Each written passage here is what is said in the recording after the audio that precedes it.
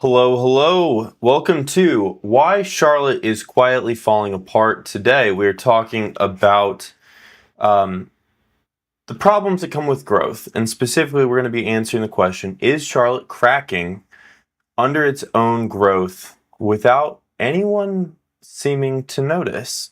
So, on the surface, it is a boom town. It is booming. It is one of the most popular cities in America and the fastest growing. But the cracks are starting to show several different places. And so, 13 different places. And so, we're going to get into the problems that are piling up behind Charlotte's growth story and how bad they could actually get. And so, watching this video, you're going to understand the reality of what living in Charlotte is actually like in terms of, things that are starting to really fall apart. And if you miss out on this video, you're gonna potentially get blindsided by just how bad this could really get if nothing changes. So I'm going to be going over at a high level the cracks that are hiding under the boom right now. Two, why affordability just keeps getting worse and can't seem to get any better. Three, the infrastructure that just can't seem to keep up what it is, why it is, what the city is doing to try to fix it. The warning signs, six, the warning signs that people miss, and seven, how bad this could get if nothing actually changes. So, if you're live with me now, drop a comment. Let me know what some of the cracks are that you're seeing in the chat. And if you're watching the replay, do it down in the comments. Let's get down into it. So number one, the boom is hiding in the cracks. On paper, Charlotte is number one in America. But let's look closer at the city that we have today and see where it's straining. So, what does quietly falling apart even mean? Again, the question I opened with was, is the city quietly falling apart, quietly cracking under its own growth without anybody noticing? Charlotte is currently leading the U.S. in population growth, but the growth is papering over, again, all the positive press, the wonderful news stories, the press conferences. It is just very conveniently ignoring all the different places on infrastructure and roads and day-to-day life that is starting to see and feel real strains when you go about your day-to-day life. And so, a lot of people don't see it, but why don't people see it? Well, we have a very pretty skyline. We have a lot of people that are very heavily invested in making sure that Charlotte gets good PR. And so you see the headlines, you see the population numbers going up, but that doesn't tell you the full story of what is happening underneath. And we'll get into some of the specifics on infrastructure and things here in a moment, but just at a big picture, right? Most of the day-to-day things that you'll see are going to be growing pains. It's not collapse, right? We're definitely growing. We're not shrinking. And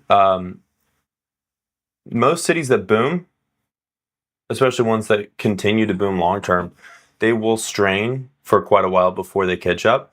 That is normal. That is expected. The only exception to that is a explosion and they collapse. So, cities like Austin, Texas, well, of course, they don't have the same growth pains, at least not today, that we do in Charlotte, because a bunch of people moved there, realized they didn't care for it, or it kind of sucked, or it just wasn't what they were looking for, whatever. Not to bag on Austin, but they had this huge influx and explosion that then just kind of disappeared. And that's not Charlotte. Charlotte's been very consistently continuing to grow, which makes catching up even harder, because by the time everybody agrees, we get projects funded, we get designs together for roads, for schools, for whatever. By the time you actually get a plan together to fix one problem, 5 new problems have popped up. And that's just, again, I'm a firm believer everybody picks their problems. I've talked about this many a time. And I would much rather pick the problems that come with success than with collapse. So let's hop into one of the most common questions that I get: the cost of living, because this has impacted every resident that lives in Charlotte in different ways, but every single person that has lived here over the past 5 years in particular. Um, so the cities that everyone is moving to is also the city that very few locals are able to afford the way they could even a few years ago. So, to look at this for the past 10 years, you go back to 2016, it was $189,000 was the median price for a house. You look at that today, for a single family home, the median price is $460,000. So it's like almost 3x in a 10-year period, which is unprecedented. And so, back here, like, you could buy a really nice house on a household income of $70,000 or $80,000. But today, just to buy the median house in Charlotte, you have to make somewhere between $140,000 to $160,000. Which, granted, there's a lot of high-paying jobs. We have a lot of high-paying jobs like SMBC. I forget, it's some Japanese bank. I forget what it stands for. But they're adding, I think, 3,000 jobs where the median income there is $160,000.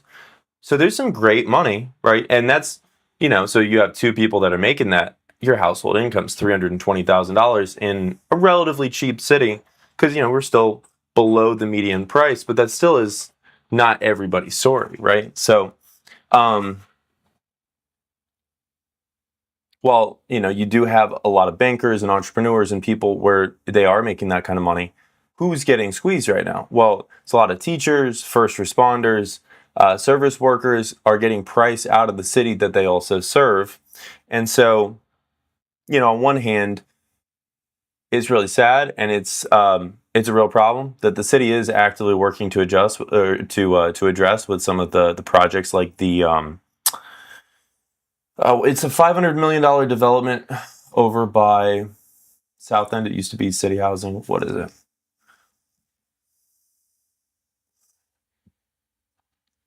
$500 million housing development, Charlotte. Let's see. Center South, yeah. Massive 500 million mixed use, mixed income neighborhood located on 16.7 acres at the highly sought after crossroads of South End, Dilworth, and Uptown. Public-private partnership between Fallon and Inlivian. Charlotte's Housing Authority. Construction's underway. Made a video about this actually that's coming up pretty soon. But there's projects like this to help address some of that problem. But on the other hand, for a lot of people nationally, because you zoom in, but then you zoom out.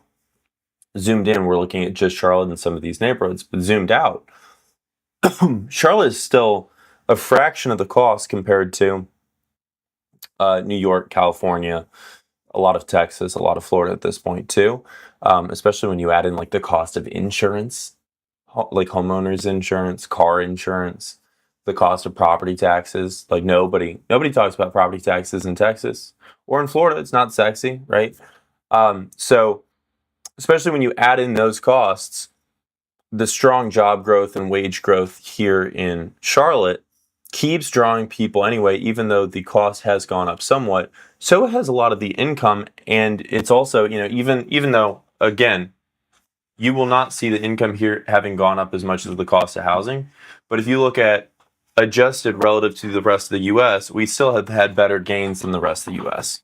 We've had stronger employment. We've had less increase in cost of living relative to the income here. So, that's to talk about the purchase price for homes, right? But your tax bill is also climbing here too, as is also your home's worth. The county noticed, Uncle Sam noticed, and they want their fair share, right? So every 4 years, Mecklenburg County has a revaluation, not evaluation, a revaluation. And when they do that, they balance the budget. So they adjust the tax rate to then match the total assets that they're taxing property, right? And So in 2023, the county revaluation raised residential values on average by 58%. And this was the first reval since 2019. So again, every 4 years, Mecklenburg County does it. The rest of North Carolina does it every 8 years. It's called the octennial reappraisal. But in North Carolina, or in Mecklenburg County, the Mecklenburgers, as they are called, yes, that is the real term. We should make T-shirts, the Mecklenburgers. Anyways, drop in the comments if you want a Mecklenburgers T-shirt. I think that'd be hilarious. Anyways, so what nobody talks about though is equity jumped up, but the rates also reset to balance with the reval of the assets, and so the bill did rise, but a lot less. Your tax bill, did go up, but a lot less than 58%. And so, also on paper, according to the tax values, a lot of property owners were a lot wealthier in 2023 than they were in 2019. Now, I like equity, so I'm not complaining about it, but I know a lot of people that were very frustrated. And so, let's see what was the Charlotte property tax effective rate in 2022?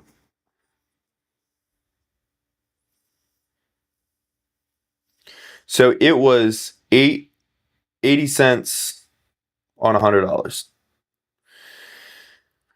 And then let's see, in 2023, after the reappraisal, it went from 80 cents down to 73 cents on $100 of assessed value. So we saw it actually, the rate go down by 0.7%.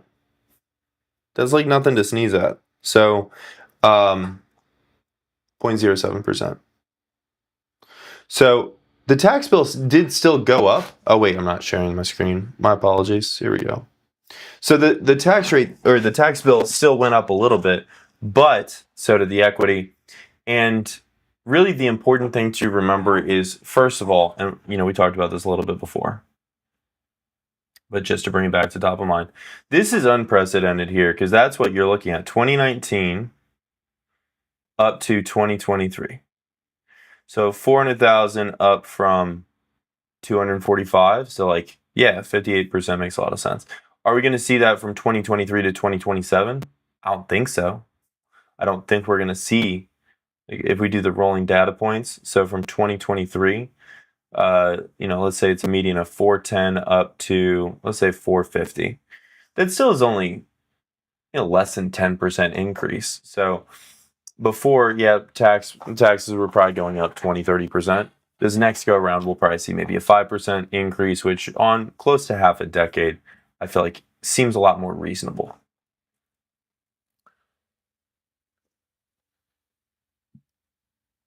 Now, that was part 3. Rising costs make the climb out of poverty even tougher. Charlotte was a hard place to get ahead, and somebody that was born poor in Charlotte had some of the worst odds of making it big out of any big city in America.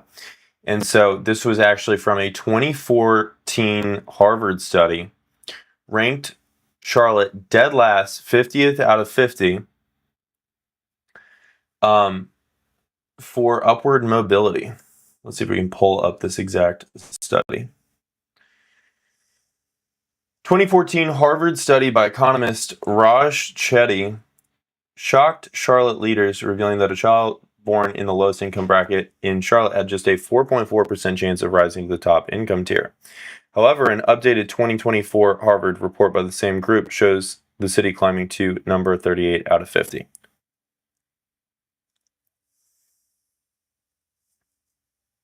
Where's Land Opportunity Report evaluated intergenerational income mobility across the 50 largest U.S. metro areas? It found that Charlotte ranked absolutely last, sparking years of soul-searching and massive push for local philanthropic and policy change. Actually, one of the fun things that I did learn recently there was a study, I think also by Harvard, that the highest correlation, let's see if we can, uh, Harvard study on probability of economic upward mobility based on zip code. I think it was zip. Let's see. Was it Raj Chetty's work, or was it something else? Yeah. Okay. Yeah. It actually was Raj Chetty's work. A child's zip code is more predictive of their future income and social mobility than any other metric. I found this so interesting.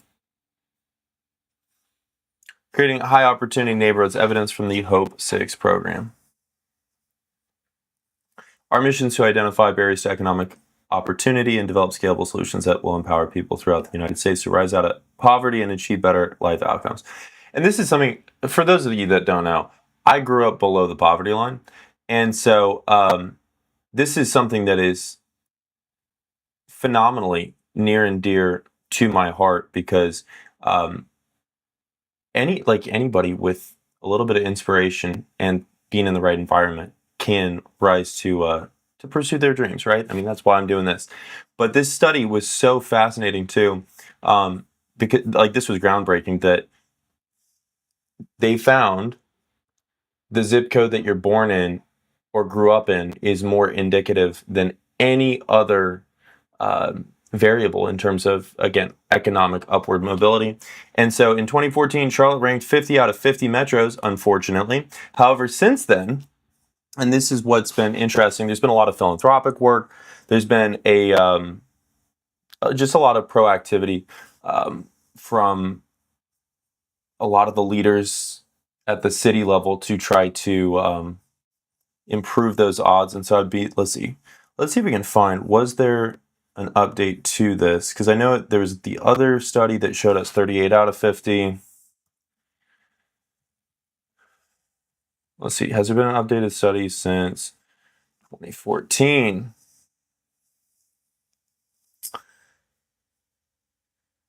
While that's pulling up. So the city responded to this by creating the Leading on Opportunity Task Force. I cannot talk today. It's been a long day. I apologize, and I'm traveling. I'm in my childhood bedroom actually right now, recording this, visiting my parents because that's important to do, right? And so the city responded by creating the Leading on Opportunity Task Force, formed specifically to help fix it. Raj Chetty's team, Opportunity Insights, released a major long-term study titled Changing Opportunity, Sociological Mechanisms Underlying Growing Class Gaps and Shrinking Race Gaps in Economic Mobility. This was, wow, tracked a massive data set of 57 million children between 1978 and 1992. Interesting.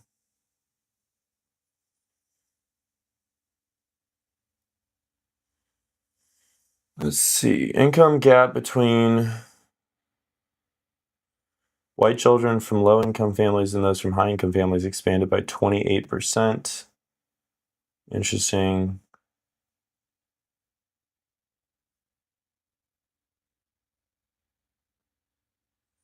That's interesting too, that there's a difference between income gap and mobility gap. I never realized those were two different things, but that's interesting. Shrank 5% over the time frame.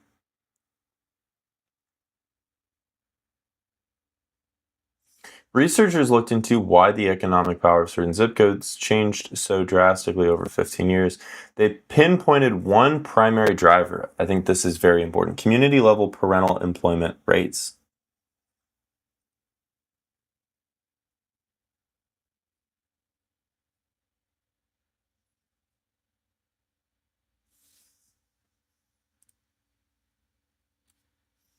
Let's look at a couple of these.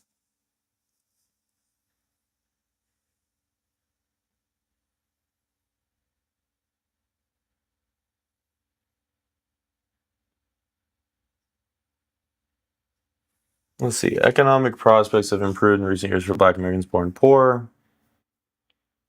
Drawn from 40 years of tax and census records. But is there something about Charlotte since 2014, or is 2014 still the most recent one?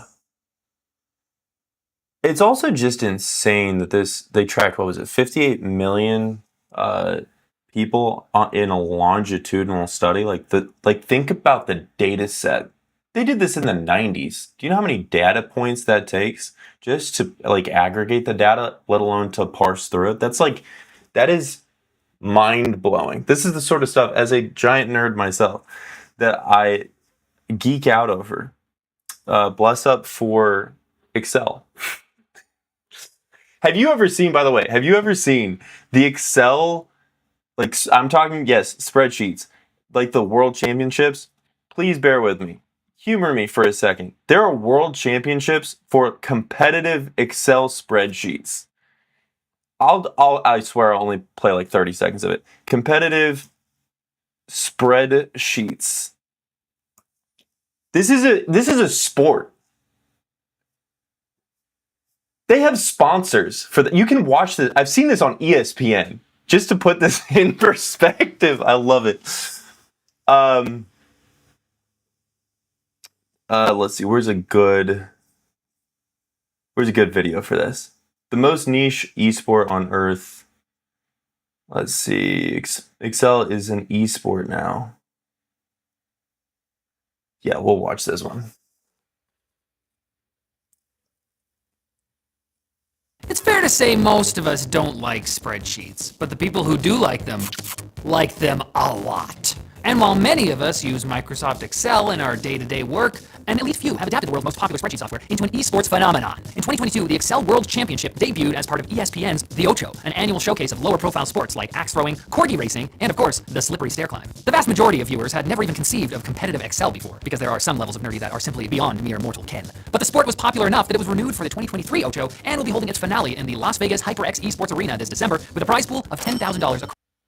I think it's hilarious for y'all that actually watch through all of the live streams. One, I love you. Two, we really do cover some of the wildest stories. Like, who could have ever thought that talking about how Charlotte has been falling apart, that can connect back to competitive Excel spreadsheets. But anyways. Across the competition. But Excel as an esport didn't appear out of nowhere fully formed in 2022. I love this stuff. It came out of an existing culture of financial modeling competitions. Basically, these are tournaments where participants must create a financial forecast for a fictional company based on a provided data set in, Excel. The organizers of the Financial Modeling World Championship were looking for a way to turn these competitions into a spectator sport, because apparently the cultural mainstream is unenthusiastic about debt service coverage ratios, which is a real shame. They gradually adapted the format to make the contest more exciting and accessible, and in mid-2021, they went viral. Because, pandemic. Finally, ESPN expressed an interest, and the FMWC Open was streamed on ESPN3 in December 2021. The next year, Microsoft sponsored the competition, lending it their own name and making it the Microsoft Excel World Championship. But what does a round of competitive Excel actually look like? And how do you excel enough to win? We'll tell you right after a message from our sponsor, Enlisted. A complete custom has a unique challenge. Dominant strategy by experienced players. There we go. Each round of an Excel tournament has a unique challenge, like tabulating the results of a series of hypothetical elections or predicting the outcome of a game of whack-a-mole. Participants have to answer a series of 100 increasingly difficult questions about the puzzle in only 30 minutes. That's roughly one answer every 18 seconds. But that assumes that the players are answering them one at a time, which they aren't, unless time is short and they're desperate. Questions are typically organized into 5 batches of 20 questions, and the dominant strategy by experienced players is to create a single formula that will solve an entire batch. This means that a player's score can stagnate for long periods, then jump rapidly. It can even go down, which means it's time for a quick undo. But that might not save novice players who get stuck and wind up with a big fat 0 out of 1,000. The winner is whoever answers all the questions correctly first, or whoever has the most points win the 30-minute round. Puzzles can vary a lot in terms of difficulty, so the points players receive are typically adjusted to normalize scores across games. An infamous 2021 case based on the game Civilization was so difficult that the winner managed to get just 8 points total, narrowly edging out his opponent, who managed to accumulate a paltry 6. Both of them were guessing, which can be executed quickly and efficiently using the formula ran between to cover large batches of unknown answers. Familiarity with keyboard shortcuts is obviously a necessary skill, to the point that player bios will list their favorite shortcut. And there's some hot controversy in the meta over whether competitive players should ever use a mouse to navigate. Advanced players with a fluency in Visual Basic might even code on the fly. Unsurprisingly, the game tends to be dominated by accountants, actuaries, mathematicians, and engineers. You know, the alpha nerds. The format of games can vary as well, with tournaments It's true, engineers are the alpha nerds. You heard it here first. sometimes featuring 1v1 elimination matches, and other times 8-player battle royales. It's brutal. A panel of commentators narrate the game, dissect the outcome, and introduce and interview the players before and after the fact. And at in-person events, there's often an electric crowd, excited to see their favorite Excel battler perform the spreadsheet equivalent of a mounted elbow drop off the top rope. Yeah. Anyways, we will definitely be live streaming from Excel spreadsheets, esports at some point. All that to say, back to economic disparities and whether or not Charlotte has improved since 2014. Oh, here, yeah, November of 2025. This is recent. Okay, so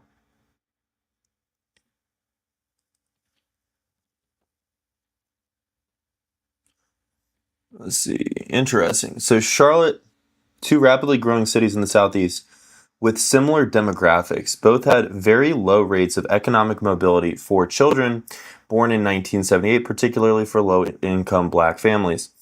Economic mobility for black families increased sharply in Charlotte, reaching the national average for low-income black children in the 1992 birth cohort, but remained low in Atlanta. Let's see, what was the other mentions of Charlotte in this paper? Let's see, that was 1, 2, 3. Okay. Although mobility generally improved more in the case of black families, or fell the least in the case of low-income white families in areas with the lowest levels of mobility in 1978, this pattern is not universal. For example, Charlotte and Atlanta both had similarly low rates of economic mobility for children born in 1978, especially for children born to low-income black families. Economic mobility increased sharply in Charlotte by 3.7. I don't know what an income rank would be. For children born to low-income black families, upward mobility reaching the national average for low-income black families by the 1992 birth cohort. However, economic mobility remained low in Atlanta, where children born to low-income black families experienced virtually no change in mobility between 1978 and 1992. Appendix Table A16. The most improved counties and the most stable counties include a diverse array of places across the country. Interesting. Let's keep looking at the other mentions for Charlotte. 4, 5. Okay, this is the county. Mean child household income. So the average child household income for low-income white families by birth cohort in the county.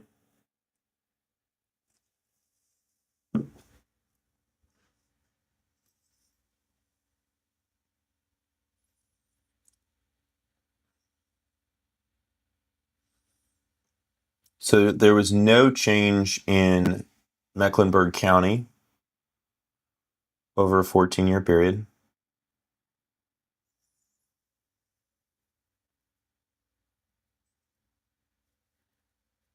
There's a positive 3.7 change for the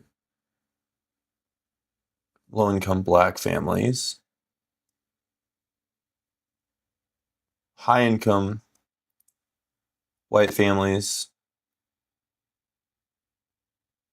continued to gain ground. High-income black families continued to gain ground disproportionately.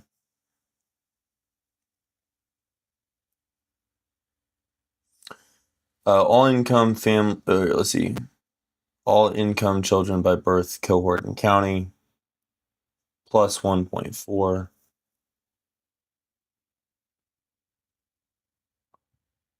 All high income, 1.4. And that takes us through the whole thing. How many pages is this whole?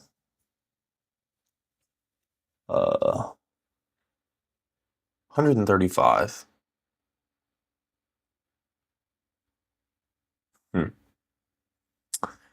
Interesting.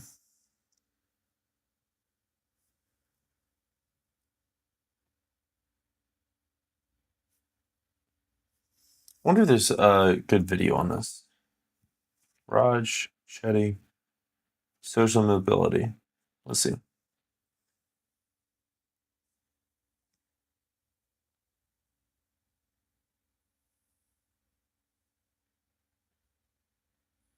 This is more recent. This is Goldman.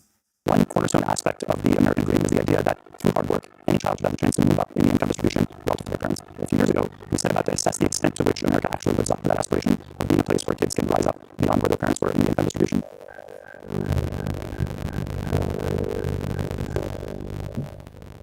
Good morning. I'm Greg Shell. I'm part partner in the Sustainable Investing Group. I lead the Horizon Physical Fund. I'm incredibly pleased for your presence here. Thank you all for being here. You know, back for things to do here at Goldman Sachs. So thank you for taking time out. Welcome to another Talks at GS. We are in for a treat this morning. We have the venerable Dr. Raj Shetty with us today to talk about a really important topic for us all. I'm delighted to be joined by Raj. He's an economist and the William Ackman Professor of Economics at Harvard University. Raj is also the Director of Opportunity Insights, a nonpartisan, not-for-profit organization based at Harvard. I just realized William Ackman is named after Bill Ackman, which isn't Bill Ackman, is he Chase's CEO? Who is he? Who is Bill Ackman? Oh no, he's the hedge fund manager. Pershing Square Capital Management. Anyways, back to the video. At Harvard, which uses big data to study the science of economic opportunity. By analyzing the anonymous data of 100 million Americans, Raj and his colleagues focus on the critical question of how to give children from all backgrounds a better chance at succeeding. Raj received his PhD from Harvard in 2003. He's one of the youngest tenured professors in Harvard's history. He's also received numerous awards for his research, including the MacArthur Genius Fellowship. So I'm here with a genius this morning, verifiable genius, as well as the John Bates Clark Medal given to the economist under 40, whose work is Oh my God, I didn't realize this was 40 minutes. judged to have made the most significant contribution. Don't worry, we're not watching this whole thing. We will watch maybe a few sections. Let's see. Large scale data sets, diverse economic opportunities, what can be done, lack of incentives, barriers to economic integration, addressing confirmation bias, importance of social capital, importance of education, future of social economic. Let's look here. Let's see what can be done. First slide. Raj, when this topic is talked about, lots of people would reference trade, not just technology, but real automation, things that replace labor. There are other points of friction that we can describe. I suppose the obvious question that comes out of this is why don't we do more about it? And the key thing is what can we do about it now? Yeah. So, as I said, I would put trade in the same kind of logical bucket as automation, technological progress. All of those things are putting pressure on workers and making it harder to compete. In some sense, in the past, we made investments to maintain that competitive edge, and that led to wages growing across the economy. That's stalled to some extent. I think it's a great question. Why hasn't that continued? I think the response in an economy that increasingly faces those pressures is not to try to shut off those pressures. Competitive forces will always bring those things out in the end. It's rather to figure out how to equip people to compete. That could be through public investment, changes in policy. But I also think, if we have the slide up here on policy approaches to increase upward mobility, it's about figuring out how we change the structure of our communities to create that kind of social capital that I was describing. Seems really important in order to foster upward mobility going forward. And I think that can lead to the types of investments, both privately and publicly, that will increase economic opportunity going forward. Something that I've been curious about, Raj, is the idea that the construct as it's developed is actually really expensive for the country to sustain. Said differently, when so much of our economic capacity is concentrated, we leave a significant amount of strain in human capital to the side, and it's expensive to maintain that. My own observation is that people don't really command, a strong sense of understanding how inefficient this is economically and so forth. Why do you suppose that's so? Because the data is pretty unsubtle, and I think the more we learn about it, the more we understand that this is a direction that probably is not optimal for an economy, and yet it persists. There's a certain self-perpetuating nature of these results, and one that we seem to be somewhat addicted to, as if this was the only way, or certainly something that was normal. He used a lot of words there. It was kind of a word salad. Basically, what he was saying was, over time in the economy, people find ways to make a profit. And when they do, they collect and accumulate a lot of wealth, because very few people figure out how to do something more efficiently in order to collect a bunch of capital. However, when you have a large concentration of capital, there is a high probability that you will then have a lower efficiency at then continuing to find efficiencies, because there's a certain, volume of randomness. Like, you can only really figure out so many things in a lifetime. And so because there is momentum, right? An object in motion stays in motion until acted on by an outside force. There's momentum in the economy. Basically, what then happens is you have what was a highly efficient, like basically a reward for a highly efficient allocation of capital, that then becomes a continued inefficient, like there's a prolonged, for a short-term gain, you get a long-term inefficiency. And so talking about like, how do you balance out incentives to fix that? And then we're going to figure out exactly what the task force came up with in response to all this. We've had many thousands of conversations about this. What do you observe about how people receive this data that give you a clue why it's been so acceptable in society to see results like this? Yeah. So I think at some level people are surprised to see the starkness of these patterns, but another level I find that people say, well, when I think about it, this actually resonates with my experience or what I hear people talk about in terms of the trajectory of the country and so on. In terms of why this has been viewed as kind of acceptable, even if people had a rough understanding, not maybe seeing the statistics depicted exactly in this way, but broadly had the sense that there might be many people getting left behind. Why is that the equilibrium? I think there are two answers you can give. There's a standard economic answer, going back to your Econ 101 class. If you think about incentives here, there's a fundamental incentive problem in terms of who's going to invest in creating economic opportunity. As you noted, some of these things are very expensive to fix upfront, investments and getting people on a totally different trajectory in terms of their education, in terms of the structure of communities, changes in the nature of housing and so on, a lot of upfront investment. Who gets the return from that? It's pretty diffuse. The people who benefited from those investments, they have better jobs. Maybe there are fewer social ills, less reliance on transfers, lower rates of crime, higher rates of innovation. But as a private investor, you don't get to capture those returns.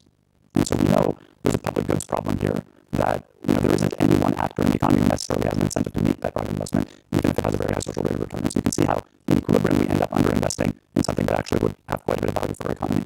I think there's a second reason as well, maybe one that's more sociological or psychological, which is that when you're in a very stratified society, where you essentially don't come into contact with folks in a very different walk of life, people who don't have these opportunities, who don't end up in rooms like this, or conversely, people in rooms like this who may not have that much contact with people in communities that have fewer opportunities. I think everybody's kind of going about their own work, and you don't necessarily have that discussion of, here are these talented folks out there who could benefit from these opportunities, and that doesn't come to the forefront of the discussions.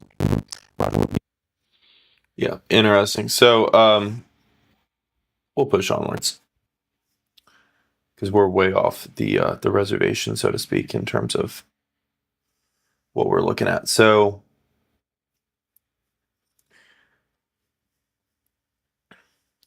Leading on Opportunity was a Charlotte initiative and advocacy organization formed in 2017 to implement the top 100 recommendations developed by the Charlotte-Mecklenburg Opportunity Task Force. This was created as a direct community response to a 2014 study by Harvard economist Raj Shetty, which ranked Charlotte last among the 50 largest U.S. cities for intergenerational upward economic mobility. Operating for nearly a decade, the initiative focused on 5 primary pillars: early care and education, child and family stability, college and career readiness, social capital, and mitigating the impact of segregation. The organization acted as a coalition builder across the public and private sectors, tracking systematic progress through tools like Opportunity Compass. Interesting. Let's read on that here in a second. Leveraged over $1 billion towards economic mobility, which contributed significantly to local policy shifts in affordable housing, early education, and racial equity. The Foundation for the Carolinas and Opportunity Insights partnered with the group to continually assess data, leading to a much improved national ranking for the city on economic mobility. I have too many tabs open. We will close out of some of these.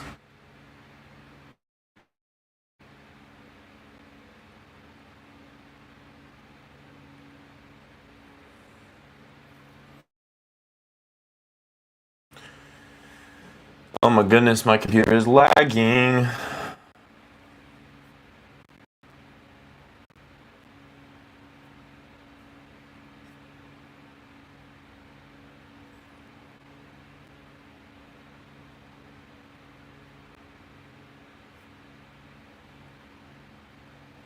Give me a moment. My apologies. If you're watching the replay, just skip ahead till we start going through on this again, because I'm trying to close out all these dang tabs.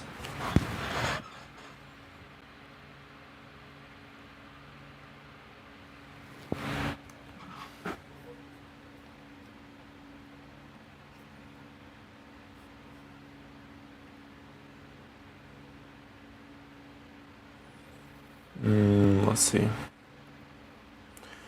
Let's see if we can get this. I feel like I'm going to crash my computer. Hopefully not. That'd be sad.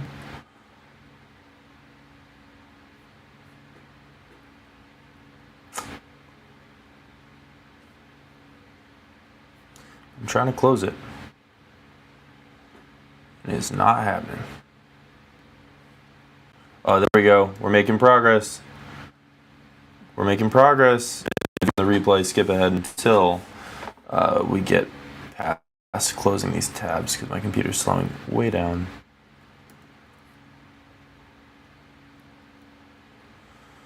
and then we should be good to go. I just have too much stuff open.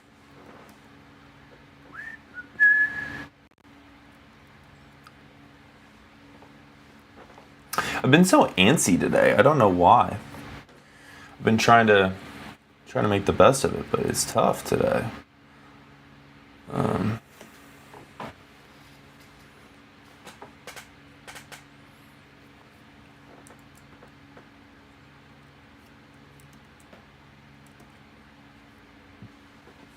We'll leave stats open. Let's see.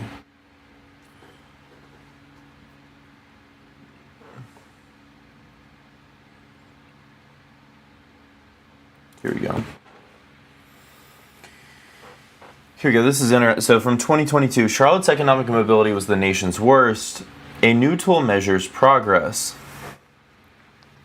Diodell on the right. Opportunity Task Force co-chair addressed to the audience as Dr. Ophelia Garman-Brown left. Looks on during the announcement for the Leading on Opportunity report about intergenerational economic mobility and the next steps for action. Leading on Opportunity has launched its new Opportunity Compass, a tool aimed, I guess we're going to be opening this up now too, tool aimed at measuring Charlotte's progress on economic mobility. The Charlotte-based organization was created in 2017 to address key determinants of economic mobility after a national study by Harvard economist Raj Chetty, my guy. While community leaders have since focused on improving the city's standings, this tool will be the first effective way to measure its progress, a team from the nonprofit told the Charlotte Observer Tuesday. This is very much a journey. Sherry Chisholm. Is it Chisholm or Chisholm or Chisholm? I've always heard Chisholm. I don't know really. I feel like everybody says it different, not different.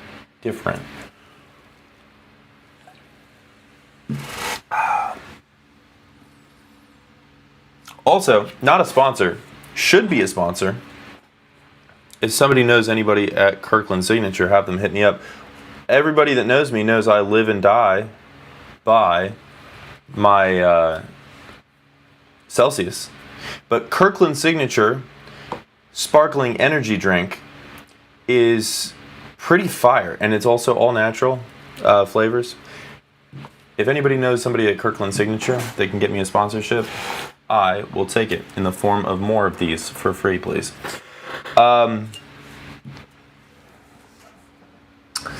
Let's look at this tool. Let's look at the tool and see what we got. Tool for tackling economic mobility, pointing the way towards strategy. What does that mean? What does that mean? I feel like a lot of these sort of things have words that sound nice and then don't actually mean anything. So let's see what it actually means. Quick facts about the compass. Uses data from 2015 to 2022, publicly available sources, establishes a baseline for future progress, measures 82 key indicators across 5 areas of improvement. So the most recent data is from 2022.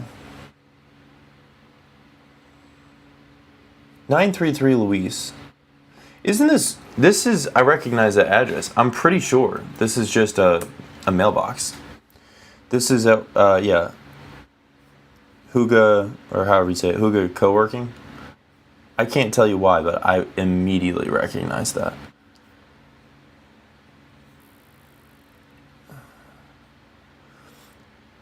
So who's actually doing this, driving this? Advancing 2026. Let's see.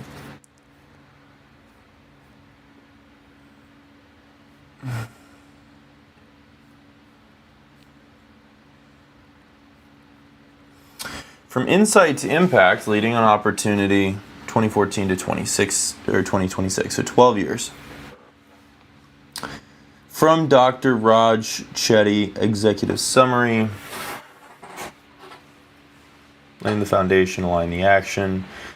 Opportunity compass, 2023 to present. Corporate donors, interesting. Ally, Atrium, Bank of America, CD Spangler, Davidson College, Deloitte, Duke Energy, EY, Equitable Foundation, Foundation for the Carolinas, There's a lot of heavy hitters here. Lowe's, Moore and Van Allen, Novant, Truist, U.S. Bank, United Way of Greater Charlotte. I can't read what that one is. Interesting. More than a decade ago, our research at Opportunity Insights found that children born into low-income families in Charlotte had the lowest rates of upward mobility among America's 50 largest cities. Charlotte responded with a deliberate, wide-ranging effort that brought together business leaders, nonprofits, and government, and led to the formation of a commission focused on improving opportunity. These efforts led to the creation of the Leading on Opportunity initiative, along with a range of investments in early childhood education, workforce development, as well as changes in local policy. More recent research, we found that economic mobility in Charlotte has improved, is now rising faster than many other large U.S. cities. That's a quote right there that's absolutely a banger. So from Dr. Raj Chetty, we find that economic mobility in Charlotte has improved and is now rising faster than in many other large U.S. cities. And this is from, when is this from? 2026, I think. Yeah, this is from 2026. But when was this published?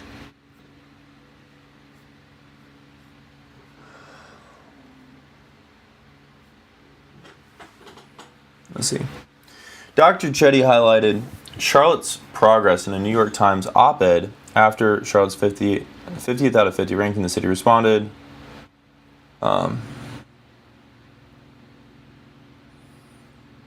In which, Charlotte is now among the cities in which economic mobility is rising most quickly in America, demonstrating that opportunity can change. Imagine a similar focus on creating an opportunity economy. Good Lord, I can't read. Or I can read, I can't talk. Maybe it's because I've had too much. Kirkland Signature Sparkling Energy Drink. Peach natural flavor. Sponsor me. It's 5:44. I don't know what else you expect.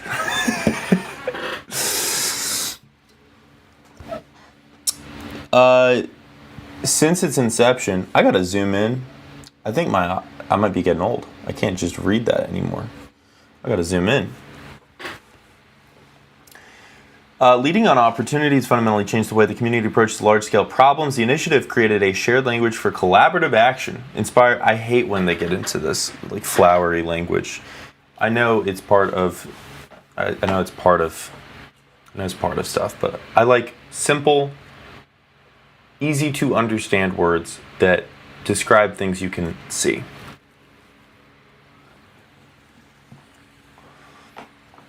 Charlotte Executive Leadership Council enabled the creation of more than 5,000 affordable housing units, laid the systemic groundwork for Charlotte's 2040 comprehensive plan.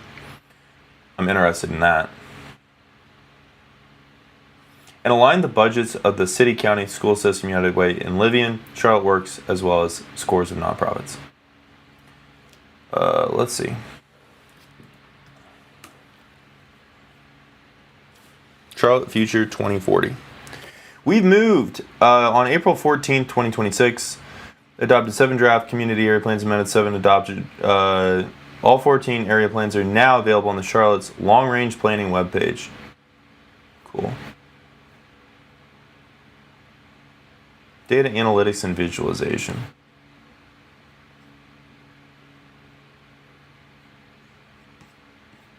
Long-range planning division helps Charlotte grow in many ways that are equitable, sustainable, and tangible. We develop policies that guide growth, build strong partnerships across departments, agencies, neighborhood, and ground decisions, data, and community input. At the heart of this work is Charlotte Future 2040, comprehensive plans, community area plans, a detailed guidance tailored to the needs and opportunities of Charlotte's community. Community planning partners with residents and stakeholders to guide growth and development through collaborative, place-based planning efforts. What are the community area plans?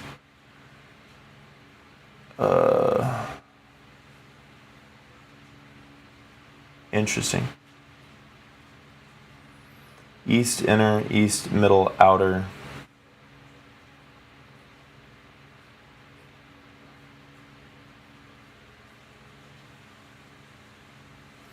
City staff will be hosting an area plan roadshow to help residents understand how to use the plans and support positive change in their neighborhoods. Learn more and invite long-range planning staff to your next community meeting. I'm curious, what are the frequently asked questions? I have so many. What are community area plans? That is definitely one of my first questions. They provide detailed recommendations for land use, transportation, infrastructure, community amenities within the city's sub-geographies. Community area plans are an important component within Charlotte's planning framework, which ensures all planning efforts are aligned and aimed at implementing the vision of the Charlotte Future 2040 Comprehensive Plan. How are community area plans different than small area plans? They protect and enhance Charlotte's neighborhoods by providing detailed strategies for growth and development. Community area plans, however, provide a more coordinated and efficient planning structure by covering larger geographies than small area plans. Benefits of the community area planning approach include community level guidance for the entire city, facilitation of conversations and collaboration among neighborhoods, assessment of major barriers that typically serve as neighborhood boundaries. This is actually an interesting one. So one of the trends that I've noticed, this could actually be an important call out. One of the trends that I've noticed, especially as I look at comparables in a couple of the areas that I've had clients investing a lot and also just choosing to move personally to. One of the areas that historically has been very expensive, right? Plaza Midwood. If you went back about 5 years, most people would tell you that like Mecklenburg Avenue was a kind of a hard line where it was no longer quote unquote Plaza Midwood. Now this is very anecdotal because what you find is, you know, things change over time, and especially neighborhood boundaries. There's like technical boundaries, but what people consider to be a boundary is always very different. So when you look at the actual comparable sales over the last couple of years, you start to see that Plaza Midwood has bled into, if you will, Plaza Hills, Plaza Shamrock, and Country Club Heights, which would be this, you know, more eastern part here, all the way over to kind of Charlotte Route 4. And that was something that was like the idea of having homes going for $1.5 million, $2 million, that sort of thing. Over here in Country Club Heights was like, that was not something you would expect to sell for that or appraise for that not that long ago. But now you start to see, again, you've seen, especially on some of these larger lots, it has just systematically moved eastward. And a lot of that has to do with, to bring it full circle, assessment of major barriers that typically serve as neighborhood boundaries.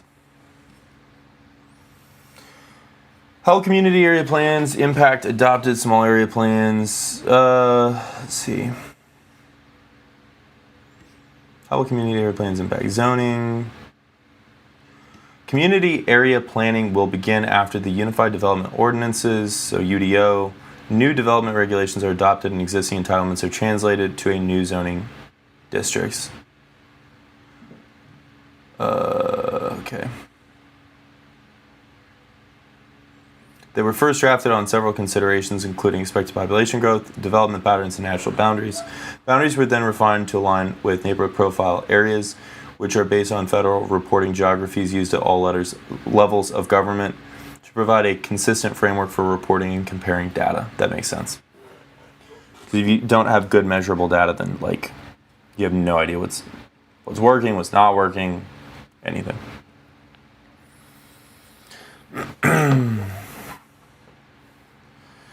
So 2024 update moves Charlotte from 50th to 38th, the third biggest jump of any metro. Levels still middling, but the trajectory is up, and we are the third fastest rising metro in the U.S. Cheers to Charlotte. The gap shows up in daily life too. However, that's enough on this one, so we'll go on to the next section. So the gap shows up in more than just the economics. It shows up in daily life too, starting with how people actually get around. Charlotte has spent billions on transit that most people still don't ride. Pulling up the, actually, I'm dropping so much fire on this. If you're bearing with me, I appreciate you. It's the Explore Charlotte tool. Where is it?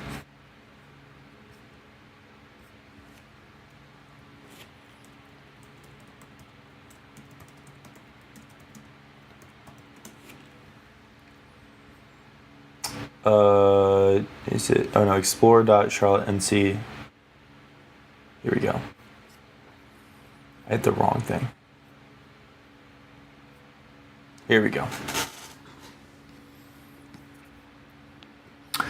Charlotte spent billions on transit that most people still don't ride.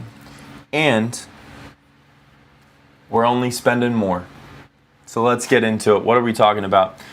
Only 2% of workers actually take transit, and the Silver Line has slipped all the way to 2037. What are we talking about when we say the Silver Line? Well, so glad you asked. The Silver Line, we have proposed stations, we have a proposed route. Yes, it is in purple. I didn't make the map, I just found it.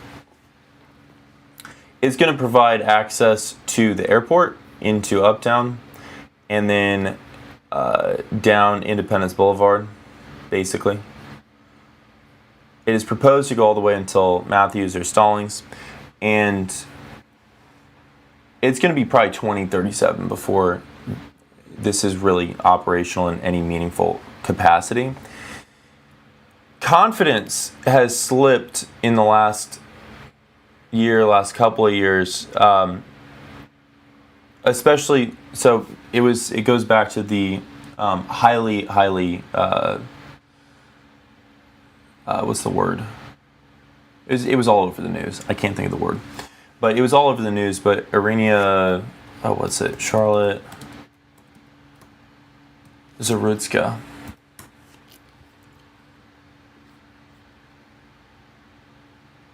There's not a billboard, but there are murals of her all over, and a lot of people don't realize we have like a lot of Slavic refugees here, and also just like a very strong Russian-speaking community in Charlotte as well.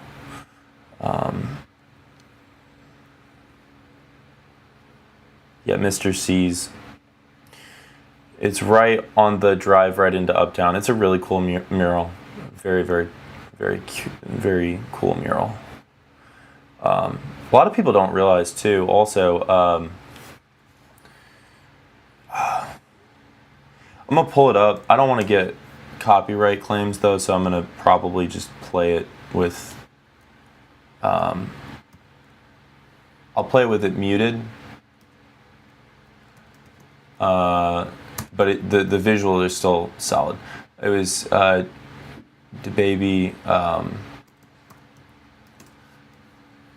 from Charlotte, and this was his response to Save Me. Don't play. Come on, let me pause. Oh.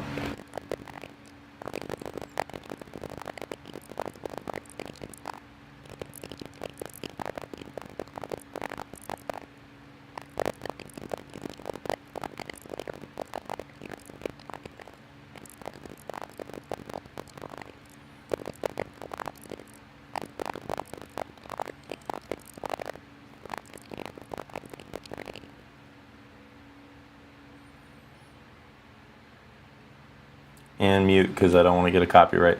But the community, and again, DaBaby is very much part of the community here in Charlotte. There was such a strong response to, you can see 10 months ago, such a strong community response to all this is just all these happenings. It was heartwarming to see. Again, tragic news, but heartwarming to see the response. Safety concerns in 2025 did dent rider confidence, and Blue Line ridership temporarily dropped about 10%. That said, going back to the actual map here.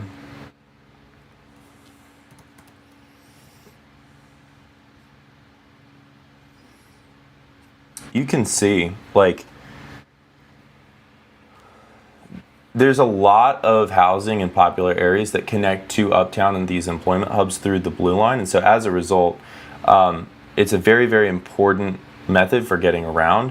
The Silver Line is expected to also do the same. We've spent a lot of money getting to this point, and the new safety measures plus the, I think it was $29 billion plan to expand all methods of mass transit in Charlotte. So that's, buses, pedestrian walkways, and bike paths and greenways and roads, and the third bucket being metros or light rail or whatever.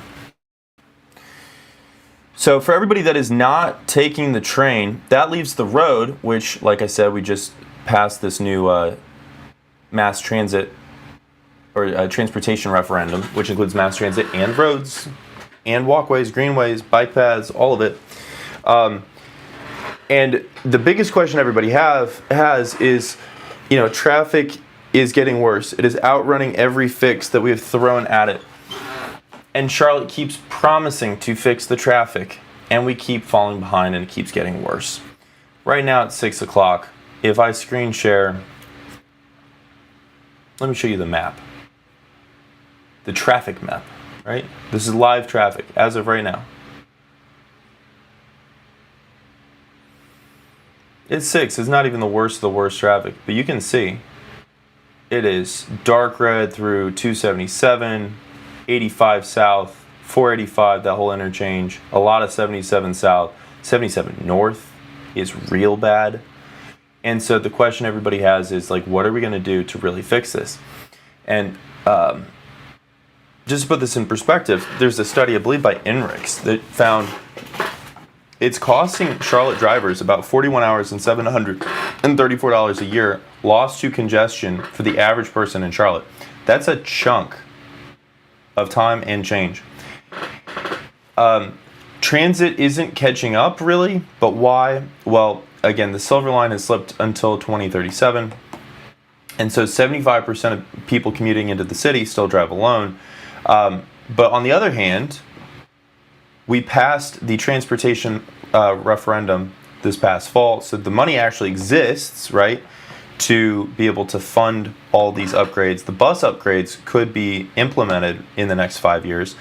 And also, one of the important things, probably the most important, and this really is, you're going to see it right here. So we have, again, 77 south and then 77 north, right? Both have a lot of traffic. If we go back to the map here, and then we add in also the red line, which is coming soon, probably actually going to come before the Silver Line, or at least the majority of it. You can see it's going to roughly mirror 77 north. Now, if you look also, the blue line roughly mirrors a lot of 77 south, which is not as bad as 77 north, despite the fact that there's more lanes going 77 north from city center. Part of that is the blue line. So then if you also look at the red line being able to fully replace a ton of commuter traffic would really alleviate traffic along 77, and the majority of people that would be driving would be the people that are going into Birkdale Village or that sort of thing and don't want to take the train. This is going to be huge for Charlotte, and it's really going to present a big opportunity. However, it's going to also take time for this to actually get built. Now, downtown, or maybe I should say uptown, the problem flips. It is emptying out. So 1 in 4 uptown office buildings now sit empty.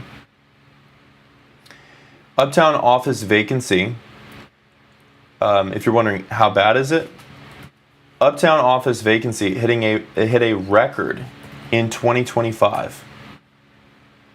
Let me find the story here.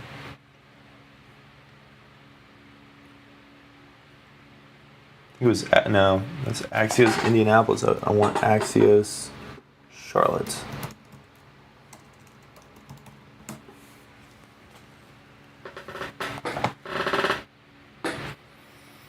So, Uptown Charlotte's office vacancy rate has hovered around 21%, with broader metro areas sitting 23%, while older office spaces struggle to retain tenants. Newer, amenity-rich buildings are pulling in strong leasing demand, driving a major push for adaptive reuse and conversion projects across the city. We've also seen some conversion projects recently where we're taking old office buildings. Like there's one that I believe is Ballantyne, where they're converting an old office building from the 90s, completely gutting it, rebuilding it as condo units, and it's going to be about 400 luxury condo units. During the pandemic, majority of Uptown workers fled their offices to work remotely. Nearly 5 years later, about a quarter have yet to return. Charlotte ended 2024 with an office. Now, also think about this. If it wasn't for COVID, sure, we added a lot of people to the city. Ironically, we've added more people post-COVID than during COVID, unlike places like South Florida, DFW, Austin, Texas. And so one of the interesting things in Charlotte is, despite the fact that work from home has positively impacted, meaning, like reduced the number of people that are commuting every single day, we have still seen, going back to that wonderful traffic map, yes, dark red, if red is your favorite color, live traffic in Charlotte at 6 p.m. is going to be your friend. Because there's a lot of it. And despite that drop in commuting, traffic is still that bad. But I mean, think about how bad it would be if we didn't have that drop in commuting and rise in work from home. So I mean, hey, it helps out.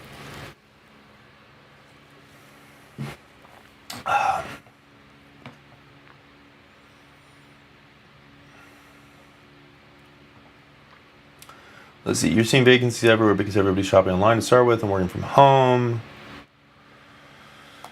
On top of work from home models within the last few years, major companies like Bank of America, Duke Energy, and Wells Fargo have relocated into brand new or updated buildings. While the moves have expanded the uptown skyline, they're also leaving older, larger buildings without major tenants, which has led to foreclosures. Interesting. I don't track commercial foreclosures the way I track residential. City leaders discuss ideas on how to address the issue. Options on the table included tearing distressed buildings down or converting some into residential spaces or hotels. All long-term projects that come with a steep price tag. With more Charlotte's banks requiring workers to come back to the office, some who are visiting the office 5 days a week say they are hopeful the city will eventually rebound. I think that things have been a little bit more difficult, but hopefully things are changing on the upswing and people are going to start coming uptown and working uptown, and the banks are starting to require people to come back a lot more. So hopefully we will see something on the upside. Uptown worker Rick Schumann said, while office vacancy rates continue to be a concern, the report also highlighted strengths Uptown has including that it continues to attract more companies and considered a top city in the country for company headquarters. Yeah. We will eventually absorb the growth. It's just it might take some time to get there. So, also, what does it matter? Empty towers mean that there is less of the tax base being actually used. Let me think about that. How do commercial tax rates work? Do commercial property tax rates go down for vacant buildings? I don't think they do.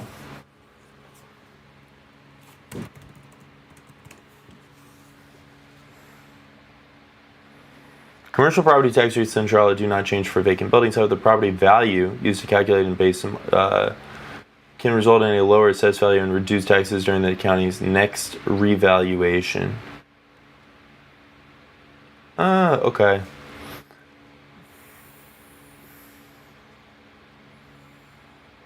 So you could appeal the process.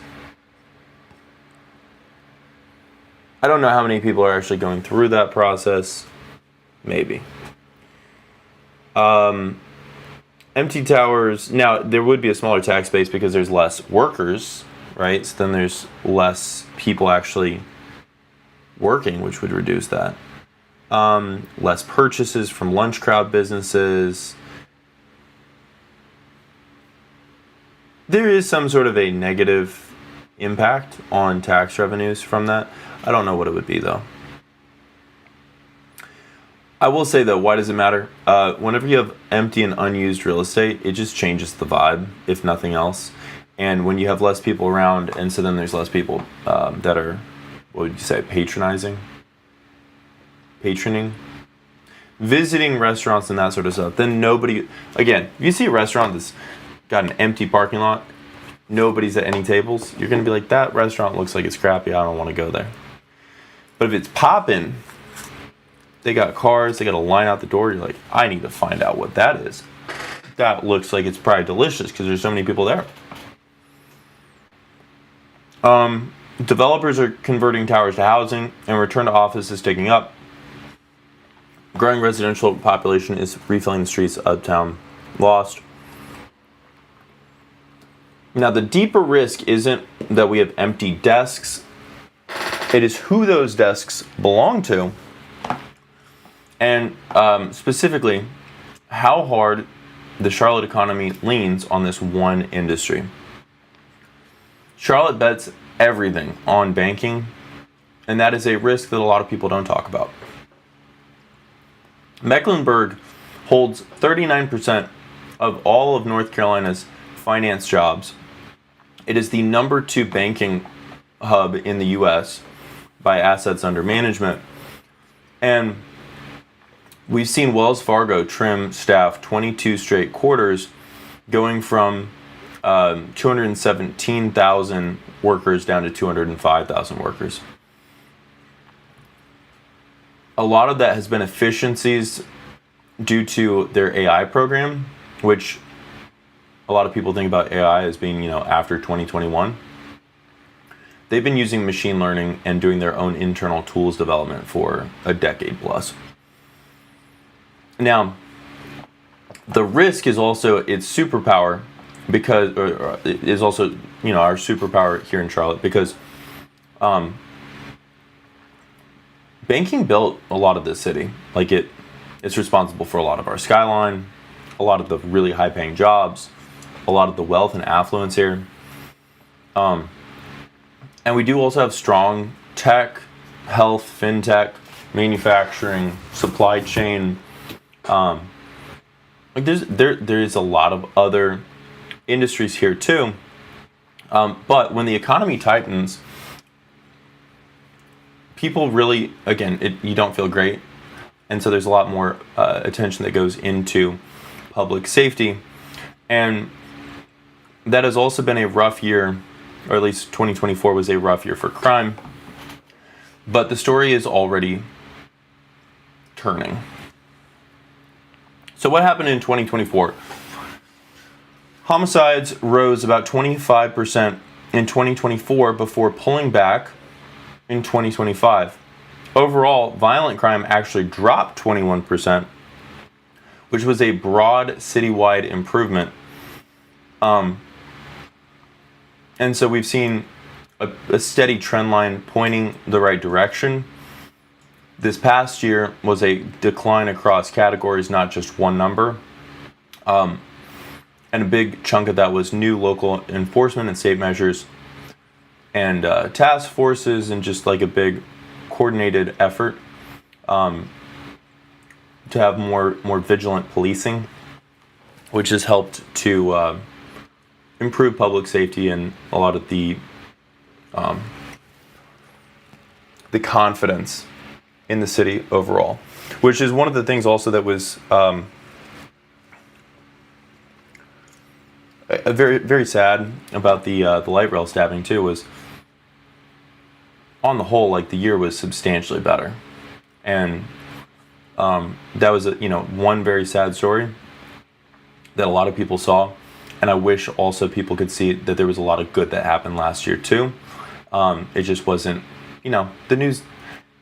Good stories, good things getting better is rarely very newsworthy, which is why I try my best to share some of it on these, because that's how we get a balanced outlook on especially in Charlotte, things are getting better on the whole. And specifically, public safety and housing security tend to move together.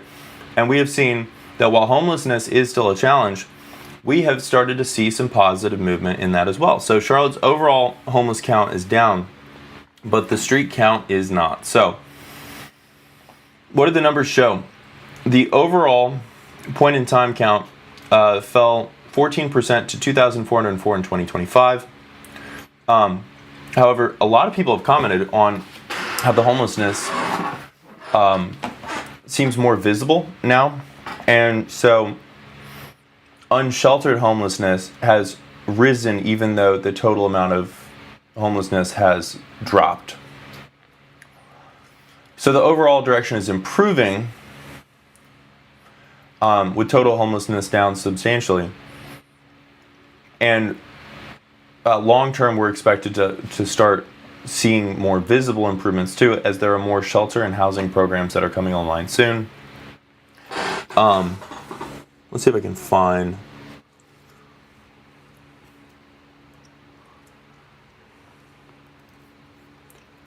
the story.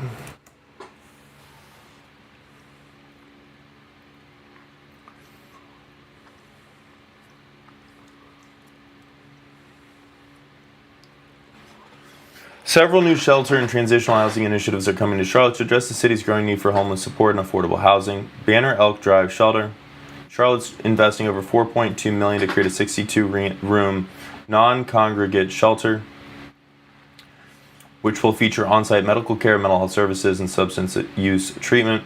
Dream Center campus, a $2 million allocation, is funding the construction of 32 6-bedroom homes off Freedom Drive. This project will house between 200 to 500 people annually and provide job and life skills training. Roof above transitional housing. With the city's trust fund is transforming the former King's College dorms into 64 units of transitional housing for working men and veterans.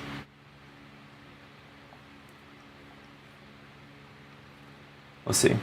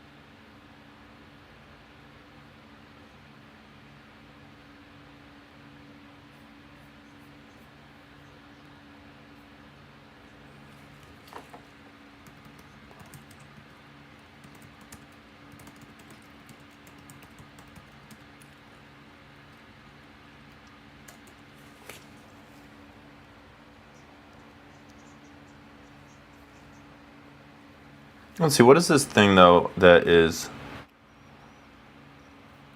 on Freedom?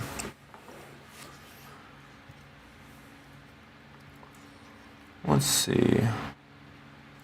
The relatives.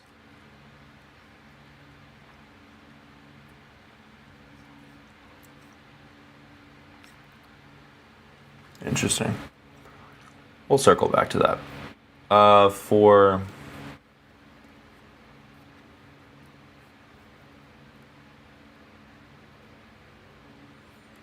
resources. Dream Center campus.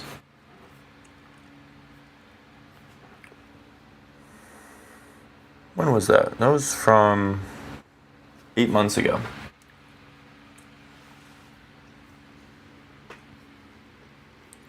.6 stars on Google.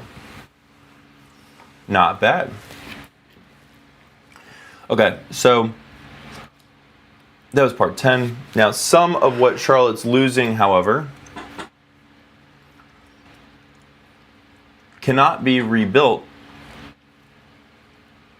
like what keeps us cool in the summer. And I'm not talking about AC, although I do love my AC and it can be rebuilt. I'm talking about the tree canopy. The tree canopy is not what it used to be. And Charlotte, the city of trees, that's what we were known as, is quietly running out of the trees.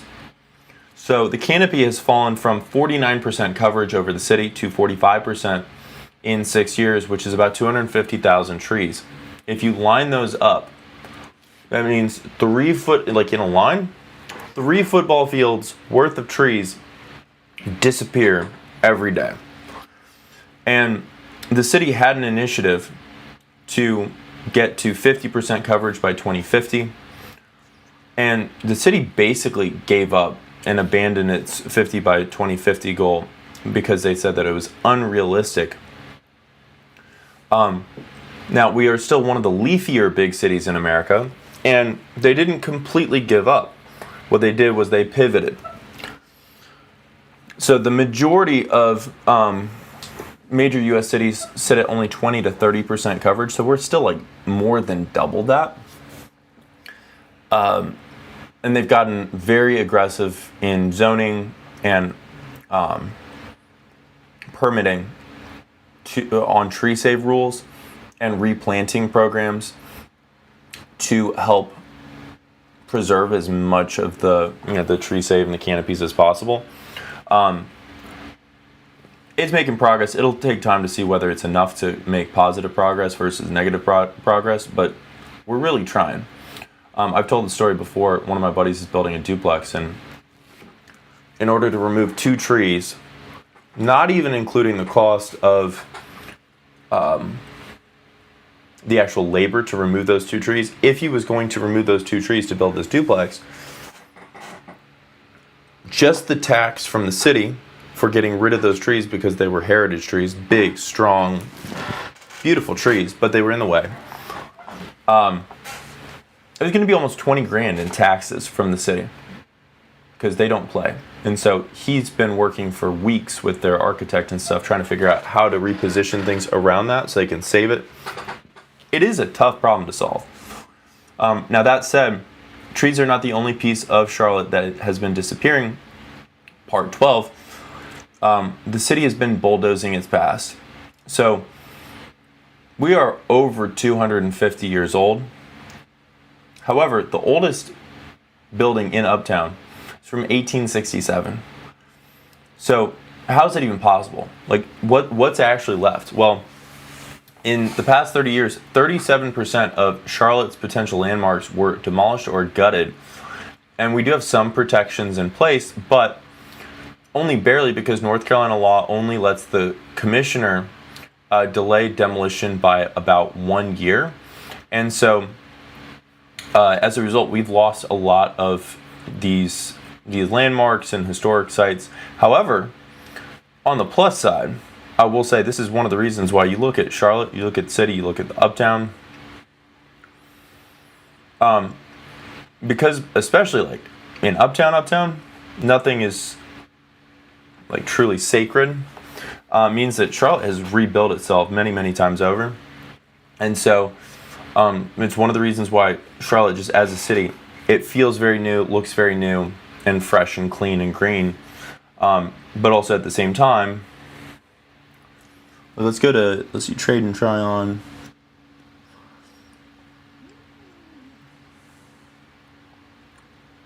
We'll go over here. This is actually one of my favorite condo buildings, fun fact. You can see these are all relatively new buildings. Over here you have one of the few historic sites in Uptown, and that is Settlers Cemetery. which is part park, part cemetery. And this is like, some of the grave sites and things in here go back to the Revolutionary War and before. But I mean, outside of that, there really ain't much here. And actually, I feel like this is very telling too, just to give you a sense of like how teeny tiny this place, like inconsequential. George Washington walked through here around late 1700s, right around 1800. And Homie wrote in his journal that Charlotte is a trifling place, inconsequential, nothing there. And to be fair, I love Charlotte. I was like, that doesn't sound very fair. Why is our homie George Washington, why is he trashing the Queen City? Well, just to put this in perspective, the center of the city is Trade and Tryon, right? Trade Street and Tryon. That's where two American Indian or Native American trading paths intersected that were the reason Charlotte was born, basically. Settlers Cemetery, Old Settlers Cemetery, is a block away. Like, they didn't need much room because there wasn't much going on at the time. And of course, there's Made to Last Tattoo and piercing shop right next to it. Just in case your tattoos weren't made to last. Anyways, so a lot of the city is trying to save the city. And so, we're seeing a lot of locals really openly advocating for trying to save as much of the history as possible and saving, what's still left here. So to add it all up, is Charlotte actually falling apart? Charlotte is not like gonna, the wheels aren't coming off tomorrow. But some of this flawless boomtown story is not something that you should buy into either. Because, my honest take is things are, there are a lot of things that are genuinely getting harder. Affordability, property taxes, underutilized transit, not enough transit, empty offices, we're losing trees, over-reliance on just, a handful of industries here. But we also, at the same time, have seen incredible gains on, not only incredible for us, but also incredible just for, any city. Population growth, wage growth, economic mobility rose from, again, 50th out of 50 to 38th, third most in the U.S. We're making massive progress. Crime fell substantially. Homelessness has been improving substantially. And then just also growth, job growth, property value growth, asset growth, still strongest in the country. And so even though there are some problems that come with a lot of growth, problems that come with winning, if you will, there is the underlying fundamentals are really solid. We are number one in America for population growth. There's real consistent demand that is steadily improving, not just exploding and collapsing, which was one of the big worries after COVID. We've seen it continue to increase, not explode and collapse. And so, especially knowing that the problems we're going through now are problems that are fixable, it will take time. It will take dedicated, ongoing work. And really, the key is not to try to make a judgment of is Charlotte good or bad. It is, does it make sense for you? And if so, what are the areas and the types of homes and the types of deals that you can get that are going to be a fit for you to want to buy or want to sell here in the city?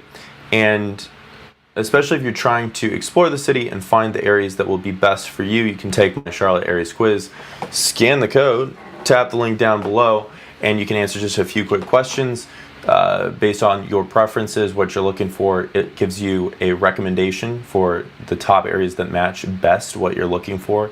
It takes less than 30 seconds. Super easy. I put a ton of time into it. It's based off of me personally doing 400 plus one-on-one consults over the last 4 years. What are you waiting for? Go take that. Also, if you're thinking about buying or selling or moving or just want to research, get more information anytime, you can also call, text, WhatsApp, whatever.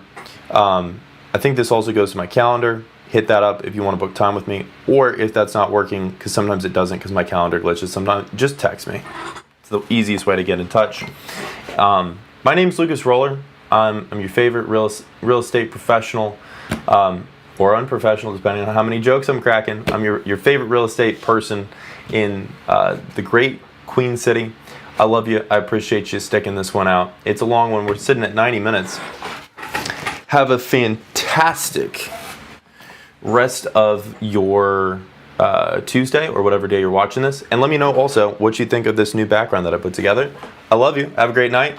And drop any comments or ideas you got for other videos down in the comments below. Peace.